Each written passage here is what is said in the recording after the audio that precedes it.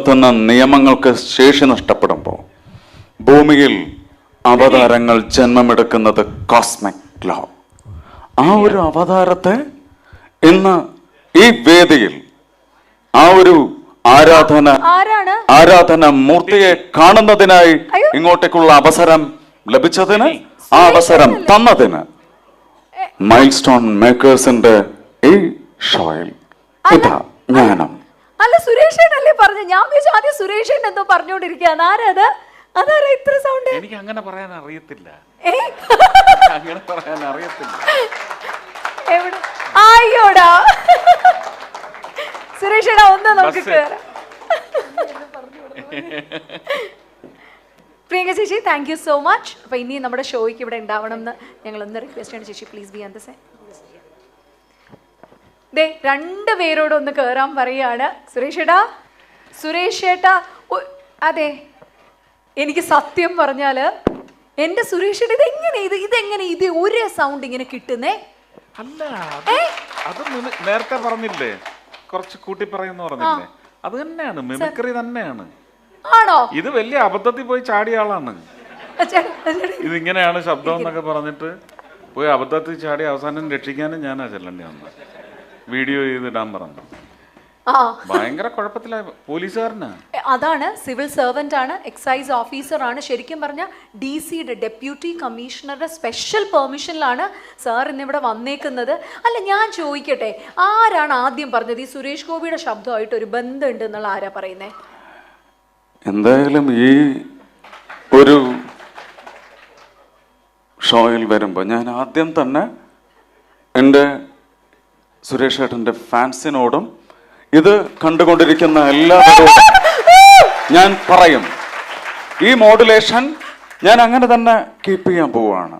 കാരണം മഹാത്മാ രക്ഷക് പുരസ്കാരം എനിക്ക് തൃശ്ശൂരിൽ ചേർപ്പ് മൈതാനിയിൽ വെച്ച് നൽകുന്ന ആ ഒരു നിമിഷം ജയരാജ് വാര്യർ അദ്ദേഹം എന്നോട് പറഞ്ഞിരുന്നു, ഈ മനുഷ്യൻ അബ്ദുൽ ബാസിത്ത് എന്ന് പറയുന്ന ഈ ആൾ ലഹരിക്കെതിരായിട്ടുള്ള സന്ദേശം ജനങ്ങളിലേക്ക് എത്തിക്കുന്നതിന് അതിനുള്ള വെഹിക്കിളായി, അത് എത്തിക്കുന്നതിനുള്ള ഒരു വെഹിക്കിളായി അദ്ദേഹം സെലക്ട് ചെയ്തിരിക്കുന്ന ഒരു വാഹനം എൻ്റെ ഏട്ടൻ്റെ വോയിസ്.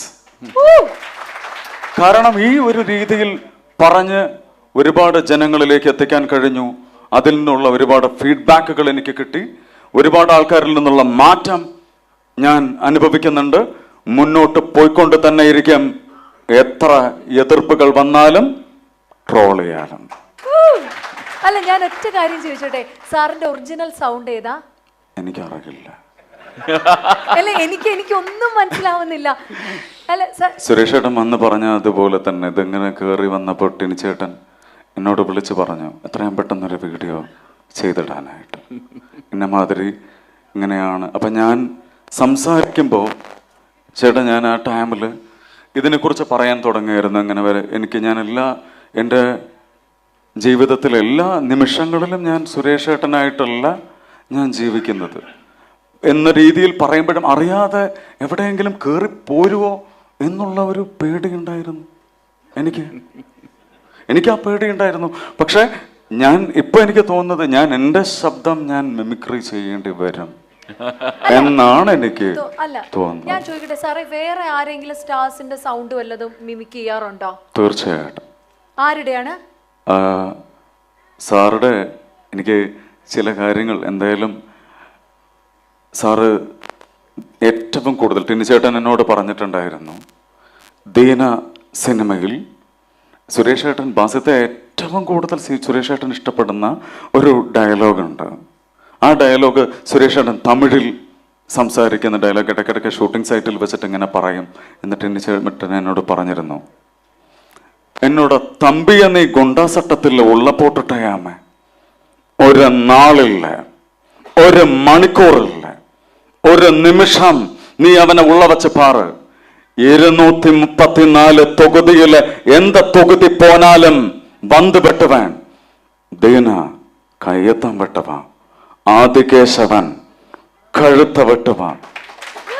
സുരേഷ് ഏട്ടാ, വേറൊന്നുമല്ല, ഈ മണിച്ചിത്രത്താഴിൽ ഗംഗ നാഗവല്ലിയായി മാറിയ ഒരു മൾട്ടിപ്പിൾ പേഴ്സണാലിറ്റി ഡിസോർഡർ എന്നത് പോലെ ഇതിങ്ങനെ ആവാഹിച്ച് കയറ്റി ഈ പോലീസ് വേഷം ധരിക്കണമെന്ന് പറഞ്ഞ് 8ാം ക്ലാസ്സിൽ ആ കമ്മീഷണർ സിനിമ കാണുമ്പോൾ മുതൽ തുടങ്ങിയ ഒരു സ്പാർക്ക് അതിലേക്ക് കയറി ഇങ്ങോട്ട് വന്നതിന് ശേഷം ഇതുപോലെ തന്നെ തെറ്റ് ചെയ്യുന്നവന്റെ ആ കോളറിൽ കുത്തിനെ പിടിച്ചുകൊണ്ട് പുള്ളേ എന്ന് പറയാനുള്ള ചങ്കൂറ്റം ഇന്ന് ഓരോ നിമിഷവും ഞാൻ എൻജോയ് ചെയ്യുന്നു സുരേഷ് ഏട്ടാ. ഞാൻ ഏറ്റവും കൂടുതൽ അത് തന്നെയാണ്. അല്ല, ഇത്രയും പറഞ്ഞപ്പോൾ ഒരു ചെറിയ ആഗ്രഹമാണ്. കാരണം സുരേഷ് ഏട്ടൻ പറഞ്ഞു ഈ പറഞ്ഞ പോലെ കമ്മീഷണറുടെ അന്നത്തെ കാലത്തെ ഡയലോഗ് ഒരു റെൻഡറിങ് ഇവിടെ അങ്ങനെ ചെയ്യത്തില്ല. സുരേഷ് ഏട്ടൻ അങ്ങനെ സ്റ്റേജിലൊന്നും പറയത്തില്ല. നമുക്ക് വേണ്ടി ചേട്ടനൊന്ന് അതാ പറഞ്ഞു തരാവോ സുരേഷ് ഏട്ടന്റെ അതേ ഒരു വൈബില്? എനിക്ക് ഒന്ന് എണീച്ച് നിൽക്കാവോ? എണീറ്റിരിക്കാം. കുറച്ച് റിവേർബ് കൊടുക്കാവോ? കാരണം വെറുതെ ഒന്നുമല്ല, അത് ഏട്ടൻ്റെ അടുത്തിരിക്കുമ്പോൾ എനർജി. ഞാൻ വെറുതെ ഇങ്ങനെ ഈ മറ്റേ വീഡിയോ യൂട്യൂബിലൊക്കെ ഇങ്ങനെ വെറുതെ റീൽസിൽ കാണുമ്പോഴും തന്നെ എനിക്കിങ്ങനെ കയറി വരും. ഇതിപ്പോൾ എത്രയും അടുത്താണ്. ഇത് magnetic power is so strong.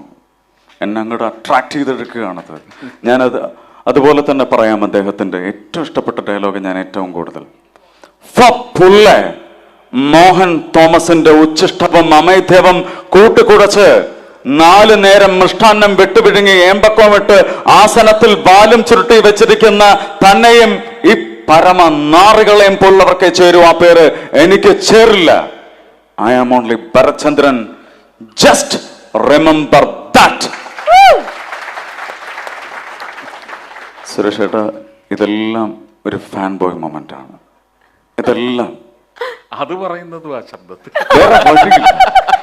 എന്നോട് ക്ഷമിക്കണം. ഞാൻ മുൻകൂട്ടി പറയാം, ഇതിലൊരിക്കലും എനിക്ക് കടമെടുത്ത് എൻ്റെ വോയിസിലോട്ട് ഞാൻ പോകുന്നില്ല. പോയാലും അതിൽ കയറി ഏട്ടൻ കയറി വരും. എനിക്കത് ഉറപ്പുണ്ട്. പക്ഷെ എനിക്ക് ഈ ഒരു മീഡിയയിലൂടെ അന്ന് ഞാൻ കാരവനിൽ കയറി നിന്ന് JSKയുടെ ഷൂട്ടിങ്ങിൻ്റെ ആ ഒരു സമയത്ത് ഉള്ളിലേക്ക് കയറി കുറേ നേരം ഞാൻ സംസാരിക്കാതെ ചേട്ടൻ്റെ മുന്നിൽ കൈകൂപ്പി നിന്നു. ചേട്ടൻ ഇത് പറഞ്ഞ് അടുത്തേക്ക് വന്നപ്പോൾ ഈ ഡ്രഗ്സിനെതിരെ എല്ലാ തലത്തിലും ഞാൻ പിന്തുണയ്ക്കുണ്ടാവും എന്ന് പറഞ്ഞു. ചേട്ടൻ പറഞ്ഞ ആ ഒരു വാക്ക് തന്നെയാണ് വേദികളിൽ ഞാൻ പറയുന്നതും. എന്ത് പറയുമെന്ന് വെച്ചാൽ, ഇന്ന് ഇന്ത്യ അല്ലെങ്കിൽ കേരളം അനുഭവിച്ചു കൊണ്ടിരിക്കുന്ന ഏറ്റവും വലിയ ടെററിസം എന്ന് പറയുന്നത് തന്നെ ഡ്രഗ് മാഫിയയുടെ വിളയാട്ടം.